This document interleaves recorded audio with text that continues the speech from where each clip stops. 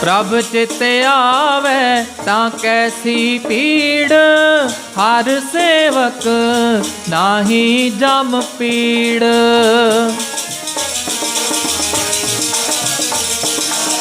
SERB दुख हर सिमरत नसे, जाके संग सदा प्रभ बसै।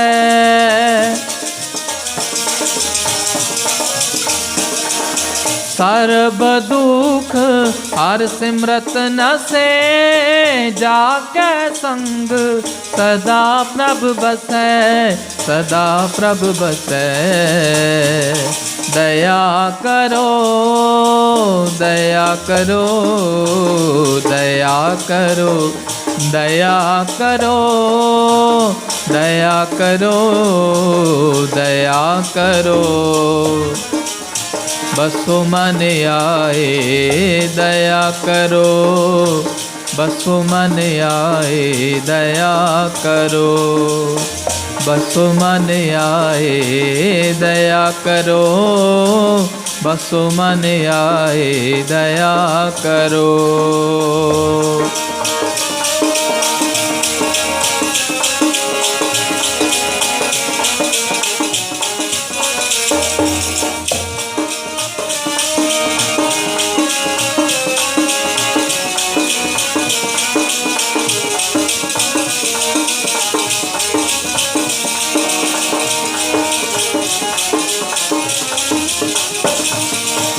प्रभ चित आवे प्रभ का नाम, मन तन आधार, बिसरत नाम होवत तन छार।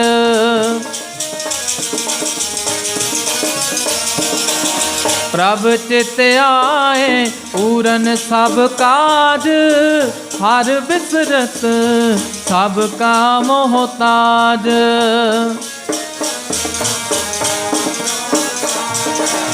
प्रभ चित आए पूरन सब काज, हर बिसरत सब का मोहताज, सब का मोहताज। दया करो दया करो दया करो दया करो दया करो दया करो। बसो मन आए दया करो, बसो मन आए दया करो, बसो मन आए दया करो, बसो मन आए दया करो।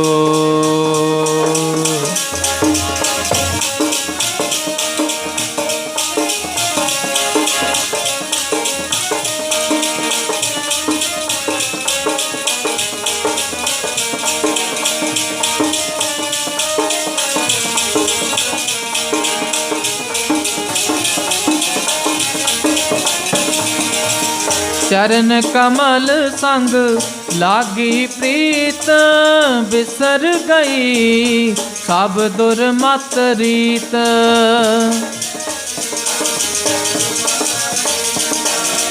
मन तन अंतर हर हर मंत, नानक पग तन कै कर सदा आनंद।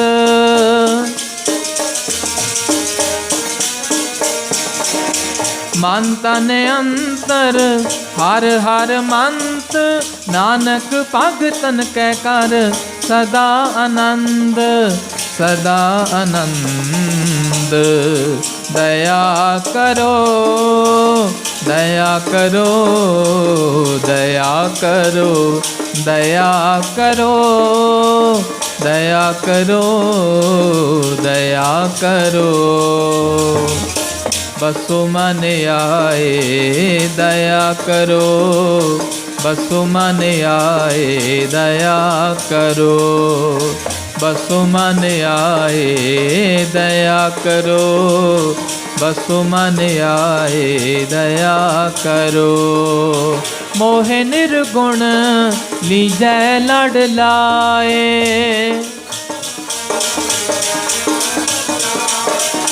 मोहे निर्गुण लीजै लड़ लाए, लीजै लड़ लाए।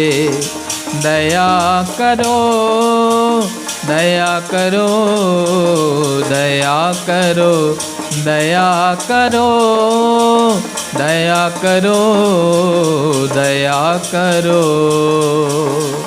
बसु मन आए दया करो, बसु मन आए दया करो, बसु मन आए दया करो, बसु मन आए दया करो, बसु मन आए दया करो, बसु मन आए दया करो।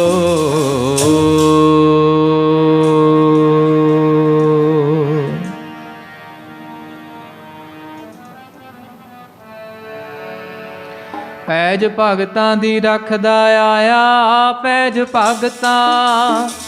भगतां दी रखदा आया। जुगो जुग वाहिगुरु मेरा, मेरा जुगो जुग वाहिगुरु। पैज भगतां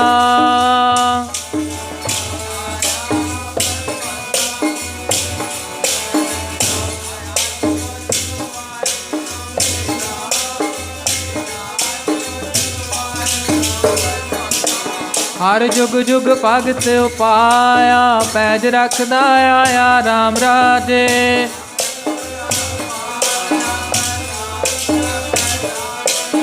अहंकारी आनंद का पिठ दे, नाम देओ मुख लाया। अंत लय छड़ाया, लय छड़ाया हम जो चाहत वस्त छपाई। ਧੰਨ ਗੁਰੂ ਹਰਕ੍ਰਿਸ਼ਨ ਸਾਹਿਬ ਜੀ ਮਹਾਰਾਜ ਆਪਣੇ ਹੀ ਮਨ ਦੇ ਵਿੱਚ ਵਿਚਾਰ ਕਰਦੇ ਹਨ ਕਿ ਦੇਖੋ ਰਾਜਾ ਜੈ ਸਿੰਘ ਉਹ ਸਾਡੀ ਪਰਖ ਕਰਨੀ ਚਾਹੁੰਦਾ ਹੈ, ਸ਼ਕਤੀ ਦੇਖਣੀ ਚਾਹੁੰਦਾ ਹੈ।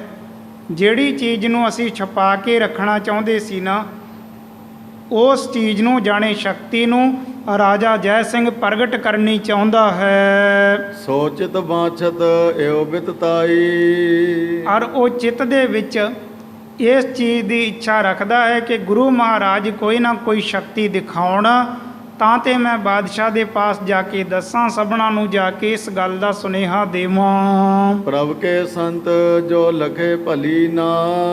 ਸਤਿਗੁਰੂ ਵਿਚਾਰ ਕਰਦੇ ਹਨ ਕਿ ਰੱਬ ਦੇ ਪਿਆਰੇ ਮਹਾਂਪੁਰਖ ਇਹ ਬੇਵਜ੍ਹਾ ਹੀ ਸ਼ਕਤੀ ਦਿਖਾਉਣ ਨੂੰ ਚੰਗੀ ਨਹੀਂ ਸਮਝਦੇ। ਤਿਮ ਕਰ ਬੇਮੇ ਇਨ ਮਦ ਪੀਨ।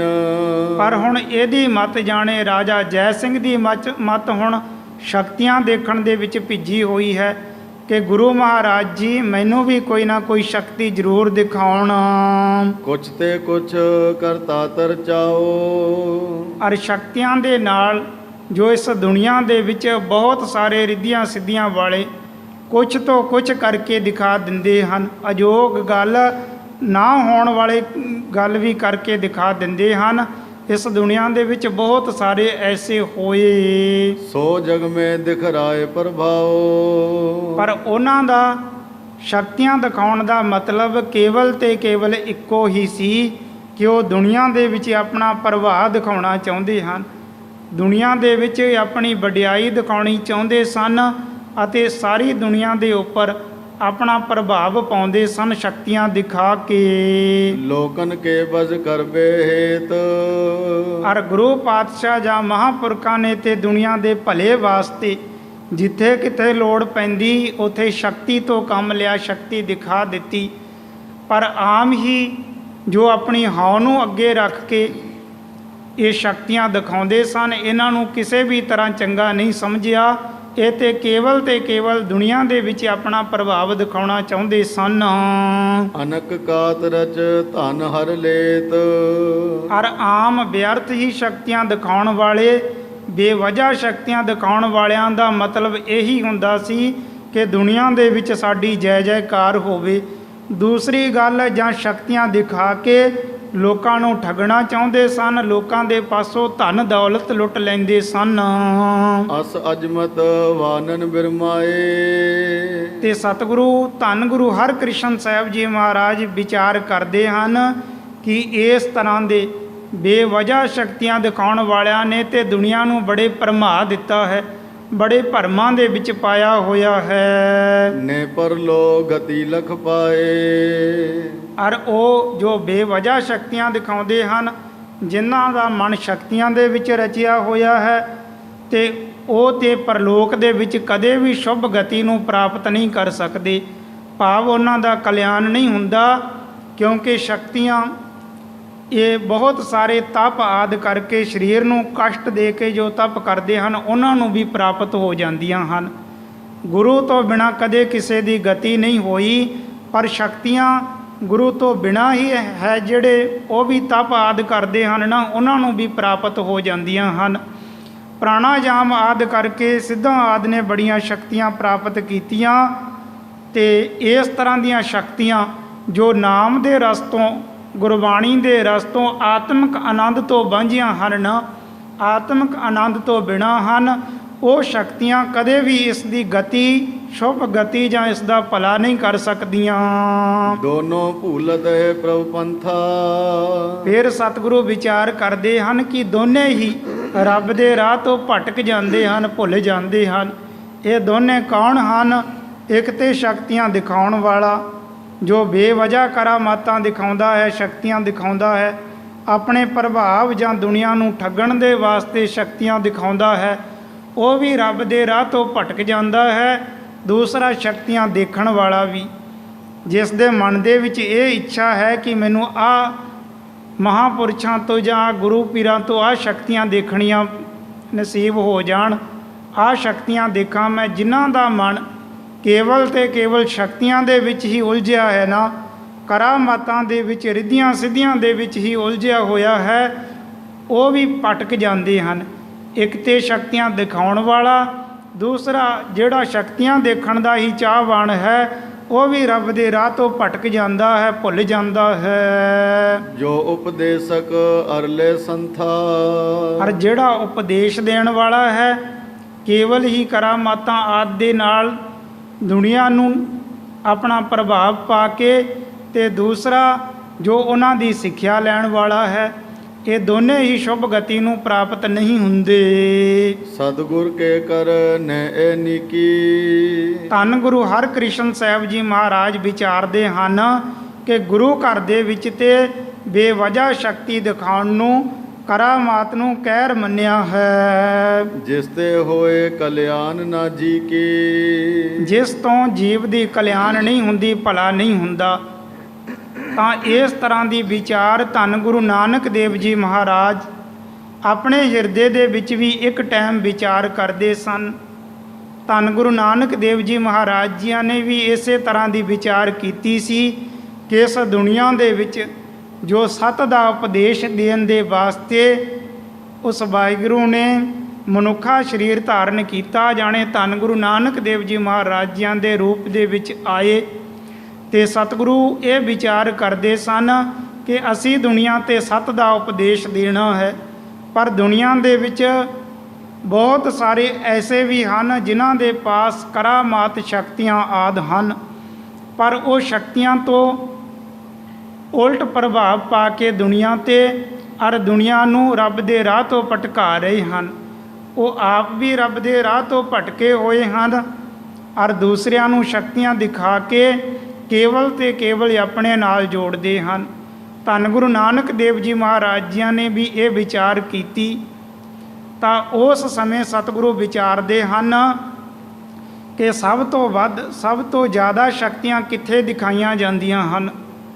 ਤਾਂ ਸਤਿਗੁਰਾਂ ਵਿਚਾਰ ਕੀਤੀ ਕਿ ਅਚਲ ਬਟਾਲੇ ਦੇ ਸ਼ਿਵਰਾਤਰੀ ਦੇ ਮੇਲੇ 'ਤੇ ਸਿੱਧ ਆਦਿ ਉਤਰਦੇ ਹਨ। ਉਹ ਸਿੱਧ ਉਤਰਦੇ ਹਨ ਤੇ ਉਹ ਦੁਨੀਆ ਦੇ ਲੋਕਾਂ ਨੂੰ ਬੜੀਆਂ ਸ਼ਕਤੀਆਂ ਦਿਖਾਉਂਦੇ ਹਨ। ਜਿੱਥੇ ਦੁਨੀਆ ਦੇ ਲੋਕਾਂ ਦਾ ਬੜਾ ਲੱਖਾਂ ਦੀ ਗਿਣਤੀ ਦੇ ਵਿੱਚ ਇਕੱਠ ਹੁੰਦਾ ਸੀ, ਤਾਂ ਸਿੱਧ ਜ਼ਿਆਦਾਤਰ ਤੇ ਇਹ ਸੁਮੇਰ ਪਰਬਤ ਆਦਿ ਪਹਾੜਾਂ 'ਤੇ ਹੀ ਆਪਣਾ ਨਿਵਾਸ ਰੱਖਦੇ ਸਨ। ਕਿਸੇ ਕਿਸੇ ਟਾਈਮ ਆਉਂਦੇ, ਔਰ ਇਹ ਸ਼ਿਵਰਾਤਰੀ ਦੇ ਮੇਲੇ 'ਤੇ ਅਚਲ ਬਟਾਲੇ ਇੱਥੇ ਤੇ ਇਹਨਾਂ ਦਾ ਪੱਕਾ ਹੀ ਸਮਾਂ ਰੱਖਿਆ ਹੋਇਆ ਸੀ ਕਿ ਇੱਥੇ ਇਹਨਾਂ ਨੇ ਆਉਣਾ ਹੀ ਆਉਣਾ ਹੁੰਦਾ ਸੀ। ਫਿਰ ਦੁਨੀਆ ਦੇ ਲੋਕ ਕਰਾਮਾਤਾਂ ਸ਼ਕਤੀਆਂ ਨੂੰ ਹੀ ਸਭ ਤੋਂ ਵੱਡੀ ਚੀਜ਼ ਸਮਝਦੇ ਸਨ, ਉਹ ਕਰਾਮਾਤਾਂ ਸ਼ਕਤੀਆਂ ਦੇਖਣ ਦੇ ਵਾਸਤੇ ਅਚਲ ਬਟਾਲੇ ਦੇ ਮੇਲੇ ਤੇ, ਸ਼ਿਵਰਾਤਰੀ ਦੇ ਮੇਲੇ ਤੇ ਲੱਖਾਂ ਦੀ ਗਿਣਤੀ ਦੇ ਵਿੱਚ ਇਕੱਠੇ ਹੋ ਜਾਂਦੇ। ਇਹ ਸਿੱਧ ਉਤਰਦੇ ਅਤੇ ਭਾਂਤ ਭਾਂਤ ਦੇ ਕੌਤਕ ਕਰ ਕਰਕੇ ਦਿਖਾਉਂਦੇ, ਤੇ ਕੋਈ ਰੂਪ ਧਾਰ ਲੈਂਦਾ, ਕੋਈ ਕਿਸੇ ਤਰ੍ਹਾਂ ਦਾ ਰੂਪ ਧਾਰ ਲੈਂਦਾ, ਆਪਣੇ ਰੂਪ ਵੀ ਬਦਲ ਲੈਂਦੇ। ਕਿਸੇ ਟਾਈਮ ਗਾਇਬ ਹੋ ਜਾਣਾ, ਰਿੱਧੀਆਂ ਸਿੱਧੀਆਂ ਦੇ ਨਾਲ, ਸ਼ਕਤੀਆਂ ਦੇ ਨਾਲ ਕਦੇ ਪ੍ਰਗਟ ਹੋ ਜਾਣਾ, ਕਦੇ ਆਕਾਸ਼ ਦੇ ਵਿੱਚ ਉੱਡਣ ਲੱਗ ਜਾਣਾ, ਕਦੇ ਬਿਨਾਂ ਹੀ ਬੱਦਲਾਂ ਤੋਂ ਆਕਾਸ਼ ਦੇ ਵਿੱਚੋਂ ਮੀਂਹ ਬਰਸਾਉਣ ਲੱਗ ਜਾਣਾ। ਇਹ ਬੜੀਆਂ ਸ਼ਕਤੀਆਂ ਦਿਖਾਉਂਦੇ ਤੇ ਦੁਨੀਆ ਦੇ ਲੋਕ ਤੇ ਇਹੀ ਸਮਝਦੇ ਸਨ ਕਿ ਇਹ ਹੀ ਸਭ ਕੁਝ ਹਨ, ਜਿਨ੍ਹਾਂ ਦੇ ਵਿੱਚ ਇੰਨੀਆਂ ਤਾਕਤਾਂ ਹਨ, ਕਰਾਮਾਤਾਂ ਹਨ। ਇਹਨਾਂ ਤੋਂ ਵੱਡੀ ਕੋਈ ਚੀਜ਼ ਨਹੀਂ ਹੈ, ਇਹਨਾਂ ਤੋਂ ਵੱਡਾ ਕੋਈ ਨਹੀਂ ਹੈ।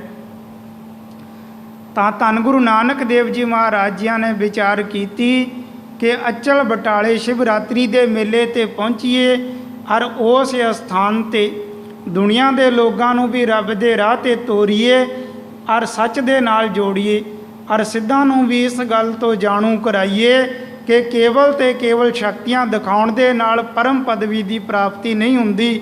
ਕੇਵਲ ਤੇ ਕੇਵਲ ਸ਼ਕਤੀਆਂ ਪ੍ਰਾਪਤ ਕਰਨ ਦੇ ਨਾਲ ਜੀਵ ਦਾ ਉਧਾਰ ਭਲਾ ਨਹੀਂ ਹੁੰਦਾ।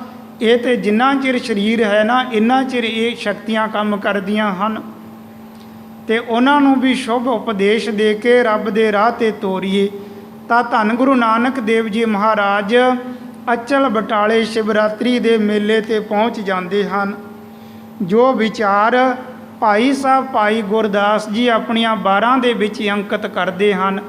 ਮੇਲਾ ਸੁਣ ਸ਼ਿਵਰਾਤ ਦਾ ਬਾਬਾ ਅਚਲ ਬਟਾਲੇ ਆਈ, ਕਿ ਧੰਨ ਗੁਰੂ ਨਾਨਕ ਦੇਵ ਜੀ ਮਹਾਰਾਜ ਜੀਆਂ ਨੇ ਸ਼ਿਵਰਾਤਰੀ ਦਾ ਮੇਲਾ ਸੁਣਿਆ ਕਿ ਇੱਥੇ ਬੜੇ ਦੁਨੀਆ ਦੇ ਲੋਕ ਇਕੱਠੇ ਹੁੰਦੇ ਹਨ, ਰੱਬ ਦੇ ਰਾਹ ਤੋਂ ਭਟਕੇ ਹੋਏ ਕੇਵਲ ਸ਼ਕਤੀਆਂ ਦੇ ਪਿੱਛੇ ਲੱਗੇ ਹਨ। ਤਾਂ ਭਾਈ ਸਾਹਿਬ ਭਾਈ ਗੁਰਦਾਸ ਜੀ ਕਹਿੰਦੇ, ਮੇਲਾ ਸੁਣ ਸ਼ਿਵਰਾਤ ਦਾ ਬਾਬਾ ਅਚਲ ਬਟਾਲੇ ਆਈ, ਦਰਸ਼ਨ ਵੇਖਣ ਕਾਰਨੇ ਸਗਲੀ ਉਲਟ ਪਈ ਲੋਕਾਈ। ਫਿਰ ਧੰਨ ਗੁਰੂ ਨਾਨਕ ਦੇਵ ਜੀ ਮਹਾਰਾਜ ਜਦ ਸ਼ਿਵਰਾਤਰੀ ਦੇ ਮੇਲੇ ਤੇ ਆਏ ਤੇ ਬੜੇ ਸਿੱਧ ਇੱਥੇ ਪਹਿਲੇ ਹੀ ਇਕੱਠੇ ਹੋਏ ਸਨ। ਇਹ ਦੁਨੀਆ ਦੇ ਲੋਕਾਂ ਨੂੰ ਅਲੱਗ ਖੜ ਕੇ, ਕੋਈ ਕਿਸੇ ਥਾਂ ਤੇ ਖੜਾ, ਕੋਈ ਕਿਸੇ ਥਾਂ ਤੇ ਖੜਾ, ਆਪਣੀਆਂ ਕਰਾਮਾਤਾਂ ਸ਼ਕਤੀਆਂ ਦੇ ਜੌਹਰ ਦਿਖਾ ਰਹੇ ਹਨ, ਕਮਾਲ ਦਿਖਾ ਰਹੇ ਹਨ। ਕੋਈ ਕਿਤੇ ਖੜਾ ਕਿਸੇ ਤਰ੍ਹਾਂ ਦੀ ਸ਼ਕਤੀ ਦਿਖਾਉਂਦਾ, ਉੱਥੇ ਹਜ਼ਾਰਾਂ ਲੋਕਾਂ ਦਾ ਇਕੱਠ ਹੈ। ਦੂਸਰਾ ਹੋਰ ਥਾਂ ਤੇ ਖੜਾ ਹੈ, ਉੱਥੇ ਹਜ਼ਾਰਾਂ ਲੋਕਾਂ ਦਾ ਇਕੱਠ ਹੈ। ਔਰ ਬਹੁਤ ਸਾਰੇ ਸਿੱਧ ਅੱਡੋ ਅੱਡੀ ਜਗ੍ਹਾ 'ਤੇ ਖੜੇ ਹੋਏ ਤੇ ਮਦਾਰੀਆਂ ਦੀ ਖੇਡ ਦੀ ਤਰ੍ਹਾਂ, ਤਮਾਸ਼ੇ ਦੀ ਤਰ੍ਹਾਂ ਇਹ ਦੁਨੀਆ ਨੂੰ ਤਮਾਸ਼ਾ ਦਿਖਾ ਰਹੇ ਹਨ। ਧੰਨ ਗੁਰੂ ਨਾਨਕ ਦੇਵ ਜੀ ਮਹਾਰਾਜ ਇਸ ਸਥਾਨ 'ਤੇ ਪਹੁੰਚੇ ਤਾਂ ਦਰਸ਼ਨ ਵੇਖਣ ਕਾਰਨੇ ਸਗਲੀ ਉਲਟ ਪਈ ਲੋਕਾਈ। ਧੰਨ ਗੁਰੂ ਨਾਨਕ ਦੇਵ ਜੀ ਮਹਾਰਾਜ ਜੀਆਂ ਦੇ ਦਰਸ਼ਨ ਕਰਨ ਦੇ ਵਾਸਤੇ ਸਾਰੀ ਲੋਕਾਈ ਹੀ ਉਧਰ ਨੂੰ ਉਲਟ ਪਈ, ਜਾਣੇ ਧੰਨ ਗੁਰੂ ਨਾਨਕ ਦੇਵ ਜੀ ਮਹਾਰਾਜ ਵੱਲ ਹੋ ਤੁਰੇ। ਕਿਉਂਕਿ ਸਤਿਗੁਰੂ ਮਹਾਰਾਜ ਜੀ ਇਸ ਦੁਨੀਆ 'ਤੇ ਸਤ ਦਾ ਉਪਦੇਸ਼ ਦਿੰਦੇ ਸਨ, ਤੇ ਸਤਿਗੁਰੂ ਮਹਾਰਾਜ ਜੀਆਂ ਦਾ ਜਸ ਜਿੱਥੇ ਕਿੱਥੇ ਦੁਨੀਆ ਦੇ ਵਿੱਚ ਹੋ ਚੁੱਕਿਆ ਸੀ। ਸਾਰੀ ਦੁਨੀਆ ਦੇ ਵਿੱਚ ਧੰਨ ਗੁਰੂ ਨਾਨਕ ਦੇਵ ਜੀ ਮਹਾਰਾਜ ਜੀਆਂ ਦਾ ਜਸ ਪ੍ਰਗਟ ਸੀ, ਪਰ ਸਤਿਗੁਰੂ ਮਹਾਰਾਜ ਜੀਆਂ ਦੇ ਦਰਸ਼ਨ ਕਿਤੇ ਬਿਰਲਿਆਂ ਨੇ ਹੀ ਕੀਤੇ ਸਨ। ਸਤਿਗੁਰਾਂ ਦੀ ਵਡਿਆਈ, ਸਤਿਗੁਰਾਂ ਦਾ ਜਸ ਸਭ ਦੇ ਹਿਰਦੇ ਦੇ ਵਿੱਚ ਸੀ ਕਿ ਨਿਰੰਕਾਰ ਸਰੂਪ ਧੰਨ ਗੁਰੂ ਨਾਨਕ ਦੇਵ ਜੀ ਮਹਾਰਾਜ ਦੁਨੀਆ ਦਾ ਭਲਾ ਕਰ ਰਹੇ ਹਨ, ਪਰ ਦਰਸ਼ਨ ਬਹੁਤ ਘੱਟ ਨੇ ਕੀਤੇ ਹੋਏ ਸਨ। ਤਾਂ ਜਦ ਲੋਕਾਂ ਨੂੰ ਇਸ ਗੱਲ ਦਾ ਪਤਾ ਚੱਲਿਆ ਕਿ ਧੰਨ ਗੁਰੂ ਨਾਨਕ ਦੇਵ ਜੀ ਮਹਾਰਾਜ ਇਹ ਸ਼ਿਵਰਾਤਰੀ ਦੇ ਮੇਲੇ 'ਤੇ ਅਚਲ ਬਟਾਲੇ ਪਹੁੰਚ ਚੁੱਕੇ ਹਨ, ਤੇ ਸਾਰੇ ਦੇ ਸਾਰੇ ਲੋਕ ਹੀ ਹੁਣ ਉਧਰ ਨੂੰ ਹੋ ਤੁਰੇ। ਦਰਸ਼ਨ ਵੇਖਣ ਕਾਰਨੇ ਸਗਲੀ ਉਲਟ ਪਈ ਲੋਕਾਈ। ਲੱਗੀ ਵਰਸਨ ਲక్ష్ਮੀ ਰਿੱਧ ਸਿੱਧ ਨੌ ਨਿੱਧ ਸਵਾਈ। ਧੰਨ ਗੁਰੂ ਨਾਨਕ ਦੇਵ ਜੀ ਮਹਾਰਾਜ ਜੀਆਂ ਦੇ ਪਾਸ ਦੁਨੀਆ ਦੇ ਲੋਕਾਂ ਨੇ ਇੰਨਾ ਧਨ, ਇੰਨੀ ਮਾਇਆ ਬਰਸਾਈ। ਭਾਈ ਗੁਰਦਾਸ ਜੀ ਕਹਿੰਦੇ ਕਿ ਉੱਥੇ ਮਾਇਆ ਦਾ ਮੀਂਹ ਪੈਣ ਲੱਗ ਗਿਆ। ਇੰਨਾ ਧਨ ਸਤਿਗੁਰਾਂ ਦੇ ਅੱਗੇ ਭੇਟ ਕੀਤਾ ਕਿ ਭਾਈ ਗੁਰਦਾਸ ਜੀ ਕਹਿਣ ਲੱਗੇ ਕਿ ਉਸ ਸਥਾਨ 'ਤੇ ਮਾਇਆ ਦਾ ਮੀਂਹ ਪੈਣ ਲੱਗ ਪਿਆ। ਲੱਗੀ ਵਰਸਨ ਲక్ష్ਮੀ ਰਿੱਧ ਸਿੱਧ ਨੌ ਨਿੱਧ ਸਵਾਈ। ਜੋਗੀ ਵੇਖ ਚਲਿੱਤਰ ਨੂੰ ਮਨ ਵਿੱਚ ਰਿਸਕ ਕਨੇਰੀ ਖਾਈ। ਜਦ ਇਹ ਗੱਲ ਜੋਗੀਆਂ ਨੇ ਦੇਖੀ ਕਿ ਸਾਰੇ ਦੇ ਸਾਰੇ ਲੋਕ ਤੇ ਧੰਨ ਗੁਰੂ ਨਾਨਕ ਦੇਵ ਜੀ ਮਹਾਰਾਜ ਵੱਲ ਉਲਟ ਪਏ ਹਨ, ਇਹ ਤੇ ਸਾਰੇ ਉਧਰ ਨੂੰ ਹੋ ਤੁਰੇ ਹਨ। ਹੁਣ ਜਿੱਥੇ ਜੋਗੀਆਂ ਦੇ ਕੋਲੇ, ਸਿੱਧਾਂ ਦੇ ਕੋਲੇ ਹਜ਼ਾਰਾਂ ਦੀ ਗਿਣਤੀ ਦੇ ਵਿੱਚ ਇੱਕ ਇੱਕ ਸਿੱਧ ਦੇ ਕੋਲੇ ਇਹ ਦੁਨੀਆ ਦੇ ਲੋਕ ਇਕੱਠੇ ਹੋਏ ਸਨ ਨਾ ਇਹ ਤਮਾਸ਼ੇ ਦੇਖਣ ਦੇ ਵਾਸਤੇ, ਸ਼ਕਤੀਆਂ ਦੇਖਣ ਦੇ ਵਾਸਤੇ। ਸਾਰੇ ਦੇ ਸਾਰੇ ਇਹਨਾਂ ਸਿੱਧਾਂ ਨੂੰ ਛੱਡ ਕੇ ਧੰਨ ਗੁਰੂ ਨਾਨਕ ਦੇਵ ਜੀ ਮਹਾਰਾਜ ਜੀਆਂ ਦੇ ਵੱਲ ਹੋ ਤੁਰੇ। ਤੇ ਹੁਣ ਸਿੱਧਾਂ ਨੂੰ ਤੇ ਇਸ ਗੱਲ ਦਾ ਮਨ ਦੇ ਵਿੱਚ ਗੁੱਸਾ ਕਰੋਧ ਆਉਣਾ ਹੀ ਸੀ ਨਾ, ਕਿਉਂਕਿ ਉਹਨਾਂ ਦੇ ਮਨ ਦੇ ਵਿੱਚ ਸ਼ਾਂਤੀ, ਚੈਨ, ਇਕਾਗਰਤਾ ਤੇ ਹੈ ਨਹੀਂ ਹੈ ਨਾ, ਕੇਵਲ ਤੇ ਕੇਵਲ ਸ਼ਕਤੀਆਂ ਹੀ ਉਹਨਾਂ ਨੇ ਮੁੱਖ ਚੀਜ਼ ਸਮਝਿਆ ਹੋਇਆ ਹੈ। ਜੋਗੀ ਵੇਖ ਚਲਿੱਤਰ ਨੂੰ ਮਨ ਵਿੱਚ ਰਿਸਕ ਕਨੇਰੀ ਖਾਈ। ਇਹਨਾਂ ਜੋਗੀਆਂ ਨੇ ਜਦ ਇਹ ਚਲਿੱਤਰ ਦੇਖਿਆ ਤੇ ਮਨ ਦੇ ਵਿੱਚ ਬੜੇ ਕ੍ਰੋਧਵਾਨ ਹੋਏ, ਬੜਾ ਕ੍ਰੋਧ ਧਾਰਿਆ ਇਹਨਾਂ ਨੇ। ਤੇ ਸਤਿਗੁਰੂ ਮਹਾਰਾਜ ਜੀ ਉੱਥੇ ਹਨ ਤੇ ਸਾਰੇ ਦੇ ਸਾਰੇ ਇਕੱਠੇ ਹੋ ਕੇ ਵਿਚਾਰ ਕਰਦੇ ਆ ਕਿ ਆਪਾਂ ਕੀ ਕਰੀਏ। ਆਪਣੀ ਤੇ ਬੜੀ ਹੱਦ ਤੱਕ ਹੋ ਗਈ। ਗੁਰੂ ਨਾਨਕ ਦੇਵ ਜੀ ਆਏ, ਸਾਰੀ ਦੁਨੀਆ ਉਹਨਾਂ ਦੇ ਪਿੱਛੇ ਹੋ ਤੁਰੀ, ਆਪਾਂ ਇਕੱਲੇ ਦੇ ਇਕੱਲੇ ਇੱਥੇ ਖੜੇ ਰਹਿ ਗਏ। ਆਪਾਂ ਨੂੰ ਕੁਝ ਕਰਨਾ ਚਾਹੀਦਾ ਹੈ। ਤਾਂ ਉਹ ਕਹਿੰਦੇ ਕਿ ਕਰਨਾ ਕੀ ਚਾਹੀਦਾ ਹੈ, ਆਪਾਂ ਚੱਲਦੇ ਹਾਂ ਗੁਰੂ ਨਾਨਕ ਦੇਵ ਜੀਆਂ ਦੇ ਪਾਸ, ਉੱਥੇ ਜਾ ਕੇ ਉਹਨਾਂ ਦੀ ਵੀ ਸ਼ਕਤੀ ਦੇਖ ਲਾਂਗੇ, ਪਰਖ ਲਾਂਗੇ ਔਰ ਆਪਣਾ ਵੀ ਪ੍ਰਭਾਵ ਦਿਖਾਵਾਂਗੇ। ਤੇ ਜਦ ਆਪਣੀਆਂ ਕਰਾਮਾਤਾਂ ਸ਼ਕਤੀਆਂ ਦੁਨੀਆ ਦੇ ਲੋਕ ਦੇਖਣਗੇ ਤੇ ਧੰਨ ਗੁਰੂ ਨਾਨਕ ਦੇਵ ਜੀਆਂ ਦੇ ਪਾਸ ਤੇ ਕਿਸੇ ਨੇ ਖੜਨਾ ਹੀ ਨਹੀਂ ਹੈ, ਉੱਥੇ ਤੇ ਕਿਸੇ ਨੇ ਬੈਠਣਾ ਹੀ ਨਹੀਂ ਹੈ। ਮਨ ਦੇ ਵਿੱਚ ਈਰਖਾ ਹੰਕਾਰ ਦੇ ਭਰੇ ਹੋਏ ਇਹ ਧੰਨ ਗੁਰੂ ਨਾਨਕ ਦੇਵ ਜੀ ਮਹਾਰਾਜ ਜੀਆਂ ਦੇ ਪਾਸ ਆ ਜਾਂਦੇ ਹਨ। ਉੱਥੇ ਆ ਕੇ ਸਤਿਗੁਰਾਂ ਦੇ ਸਾਹਮਣੇ ਇਹਨਾਂ ਨੇ ਆਪਣੀਆਂ ਸ਼ਕਤੀਆਂ ਕਰਾਮਾਤਾਂ ਦਿਖਾਉਣੀਆਂ ਸ਼ੁਰੂ ਕਰ ਦਿੱਤੀਆਂ। ਉਹੀ ਕੁਝ ਜੋ ਕੁਛ ਇਹ ਪਹਿਲੇ ਕਰਦੇ ਹੁੰਦੇ ਸਨ, ਉਹੀ ਕੁਝ ਕਰਨਾ ਸ਼ੁਰੂ ਕਰ ਦਿੱਤਾ। ਕਿਸੇ ਨੇ ਸ਼ੇਰ ਦਾ ਰੂਪ ਧਾਰ ਲਿਆ, ਕਿਸੇ ਨੇ ਬਘਿਆੜ ਦਾ ਰੂਪ ਧਾਰ ਲਿਆ, ਕੋਈ ਵੱਡੇ ਵੱਡੇ ਨਾਗ ਸੱਪ ਬਣ ਕੇ ਫੁਕਾਰੇ ਮਾਰਦਾ ਫਿਰਦਾ ਹੈ, ਕੋਈ ਆਕਾਸ਼ ਦੇ ਵਿੱਚ ਉੱਡਿਆ ਫਿਰਦਾ ਹੈ। ਤੇ ਇਸ ਤਰ੍ਹਾਂ ਦੇ ਬੜੇ ਕੌਤਕ ਦਿਖਾਏ ਇਹਨਾਂ ਨੇ, ਬੜੀਆਂ ਸ਼ਕਤੀਆਂ ਕਰਾਮਾਤਾਂ ਦਿਖਾਈਆਂ, ਭਾਂਤ ਭਾਂਤ ਦੀਆਂ ਕਰਾਮਾਤਾਂ ਦਿਖਾਈਆਂ। ਕੋਈ ਇੱਧਰ ਉੱਧਰ ਤੇ ਦੁਨੀਆ ਦੇ ਲੋਕ ਸਾਰੇ ਦੂਰ ਦੂਰ ਹੋ ਕੇ ਖੜ ਗਏ। ਵਿਚਾਲੇ ਇਹ ਸਿੱਧ ਆਪਣੀਆਂ ਸ਼ਕਤੀਆਂ ਦਿਖਾ ਰਹੇ ਹਨ। ਅੱਗੇ ਧੰਨ ਗੁਰੂ ਨਾਨਕ ਦੇਵ ਜੀ ਮਹਾਰਾਜ ਉਹ ਚੌਂਕੜਾ ਲਗਾ ਕੇ ਬੈਠੇ ਹਨ, ਨਾਲ ਭਾਈ ਬਾਲਾ, ਭਾਈ ਮਰਦਾਨਾ ਜੀ ਹਨ। ਤਾਂ ਕਿੰਨਾ ਕੁ ਟਾਈਮ ਇਹ ਆਪਣੀਆਂ ਸ਼ਕਤੀਆਂ ਦਿਖਾਉਂਦੇ ਰਹੇ, ਪਰ ਸਤਿਗੁਰੂ ਚੁੱਪ ਅਡੋਲ ਉਸੇ ਤਰ੍ਹਾਂ ਇਹਨਾਂ ਦੇ ਇਹ ਜੋ ਖੇਡਾਂ ਮਦਾਰੀ ਵਾਲੀਆਂ ਕਰ ਰਹੇ ਹਨ ਨਾ, ਇਹਨਾਂ ਨੂੰ ਦੇਖ ਰਹੇ ਹਨ। ਤਾਂ ਉਸ ਟਾਈਮ 2 ਘੜੀਆਂ ਇਹਨਾਂ ਨੇ ਸ਼ਕਤੀਆਂ ਦਿਖਾਈਆਂ। 2 ਘੜੀਆਂ ਸ਼ਕਤੀਆਂ ਦਿਖਾਉਣ ਤੋਂ ਬਾਅਦ ਆਪਣੇ ਅਸਲੀ ਰੂਪਾਂ ਦੇ ਵਿੱਚ ਧੰਨ ਗੁਰੂ ਨਾਨਕ ਦੇਵ ਜੀ ਮਹਾਰਾਜ ਜੀਆਂ ਦੇ ਸਾਹਮਣੇ ਆ ਕੇ ਖੜ ਜਾਂਦੇ ਹਨ। ਸਿੱਧ ਬੋਲੇ ਸੁਣ ਨਾਥ ਜੀ, ਤੋਹੇ ਜਗ ਨੂੰ ਕਰਾਮਾਤ ਦਿਖਾਈ, ਕੁਛ ਦਿਖਾਏ ਅਸਾਂ ਨੂੰ ਪੀ ਤੂੰ ਕਿਉਂ ਢਿੱਲ ਅਜਿਹੀ ਲਾਈ। ਧੰਨ ਗੁਰੂ ਨਾਨਕ ਦੇਵ ਜੀ ਮਹਾਰਾਜ ਜੀਆਂ ਨੂੰ ਕਹਿਣ ਲੱਗੇ, ਸਿੱਧ ਬੋਲੇ ਸੁਣ ਨਾਥ ਜੀ, ਤੋਹੇ ਜਗ ਨੂੰ ਕਰਾਮਾਤ ਦਿਖਾਈ। ਸਤਿਗੁਰਾਂ ਨੂੰ ਕਹਿਣ ਲੱਗੇ ਕਿ ਐ ਨਾਨਕ, ਤੂੰ ਸਾਡੀਆਂ ਸ਼ਕਤੀਆਂ ਕਰਾਮਾਤਾਂ ਦੇਖੀਆਂ ਹਨ ਕਿ ਕਿੱਡੀਆਂ ਕਿੱਡੀਆਂ ਪਾਵਰਾਂ, ਕਿੱਡੀਆਂ ਕਿੱਡੀਆਂ ਤਾਕਤਾਂ ਸਾਡੇ ਵਿੱਚ ਹਨ, ਪਰ ਸਾਡੀਆਂ ਸ਼ਕਤੀਆਂ ਦੇਖ ਕੇ ਤੇਰੇ ਮਨ ਦੇ ਵਿੱਚ ਇਹ ਵਿਚਾਰ ਨਹੀਂ ਆਈ ਕਿ ਮੈਂ ਵੀ ਕੋਈ ਨਾ ਕੋਈ ਸ਼ਕਤੀ ਦਿਖਾਵਾਂ, ਮੈਂ ਵੀ ਦੁਨੀਆ ਦੇ ਲੋਕਾਂ ਨੂੰ ਕਰਾਮਾਤਾਂ ਸ਼ਕਤੀਆਂ ਦਿਖਾਵਾਂ। ਸਿੱਧ ਬੋਲੇ ਸੁਣ ਨਾਥ ਜੀ, ਤੋਹੇ ਜਗ ਨੂੰ ਕਰਾਮਾਤ ਦਿਖਾਈ, ਕੁਛ ਦਿਖਾਏ ਅਸਾਂ ਨੂੰ ਪੀ ਤੂੰ ਕਿਉਂ ਢਿੱਲ ਅਜਿਹੀ ਲਾਈ। ਬਾਬਾ ਬੋਲੇ ਨਾਥ ਜੀ, ਅਸਾਂ ਵੇਖੇ ਜੋਗੀ ਬਸਤ ਨਾ ਕਾਈ, ਗੁਰ ਸੰਗਤ ਬਾਣੀ ਬਿਨਾ ਦੂਜੀ ਓਟ ਨਹੀਂ ਹੈ ਰਾਈ। ਧੰਨ ਗੁਰੂ ਨਾਨਕ ਦੇਵ ਜੀ ਮਹਾਰਾਜ ਕਹਿਣ ਲੱਗੇ ਕਿ ਭਾਈ ਸਿੱਧੋ, ਅਸੀਂ ਤੇ ਤੁਹਾਡੀਆਂ 2 ਘੜੀਆਂ ਕਰਾਮਾਤਾਂ ਸ਼ਕਤੀਆਂ ਨੂੰ ਦੇਖ ਕੇ ਇਹ ਅੰਦਾਜ਼ਾ ਲਗਾ ਲਿਆ ਹੈ, ਇਹ ਪਤਾ ਲਵਾ ਲਿਆ ਹੈ ਕਿ ਸਿੱਧ ਕੁਛ ਵੀ ਨਹੀਂ ਹੈ, ਕੇਵਲ ਤੇ ਕੇਵਲ ਖਾਲੀ ਦੇ ਖਾਲੀ ਹੀ ਪਏ ਹਨ। ਬਾਬਾ ਬੋਲੇ ਨਾਥ ਜੀ, ਸ਼ਬਦ ਸੁਣੋ ਸੱਚ ਮੁਖੋ ਉਲਾਈ, ਬਾਝੋ ਸੱਚੇ ਨਾਮ ਦੇ ਹੋਰ ਕਰਾਮਾਤ ਅਸਾਥੇ ਨਾਹੀ। ਸਤਿਗੁਰੂ ਨਾਨਕ ਦੇਵ ਜੀ ਮਹਾਰਾਜ ਕਹਿਣ ਲੱਗੇ, ਅਸੀਂ ਦੇਖ ਲਿਆ ਹੈ ਕਿ ਸਿੱਧ ਖਾਲੀ ਹੀ ਹਨ, ਇਹਨਾਂ ਦੇ ਪਾਸ ਕੁਛ ਨਹੀਂ ਹੈ, ਕੇਵਲ ਝੂਠੀਆਂ ਹੀ ਸ਼ਕਤੀਆਂ ਤੋਂ ਬਿਨਾਂ। ਫਿਰ ਸਤਿਗੁਰੂ ਕਹਿਣ ਲੱਗੇ ਕਿ ਸਾਡੇ ਵਿੱਚ ਇਸ ਤਰ੍ਹਾਂ ਦੀਆਂ ਸ਼ਕਤੀਆਂ ਨਹੀਂ ਹਨ।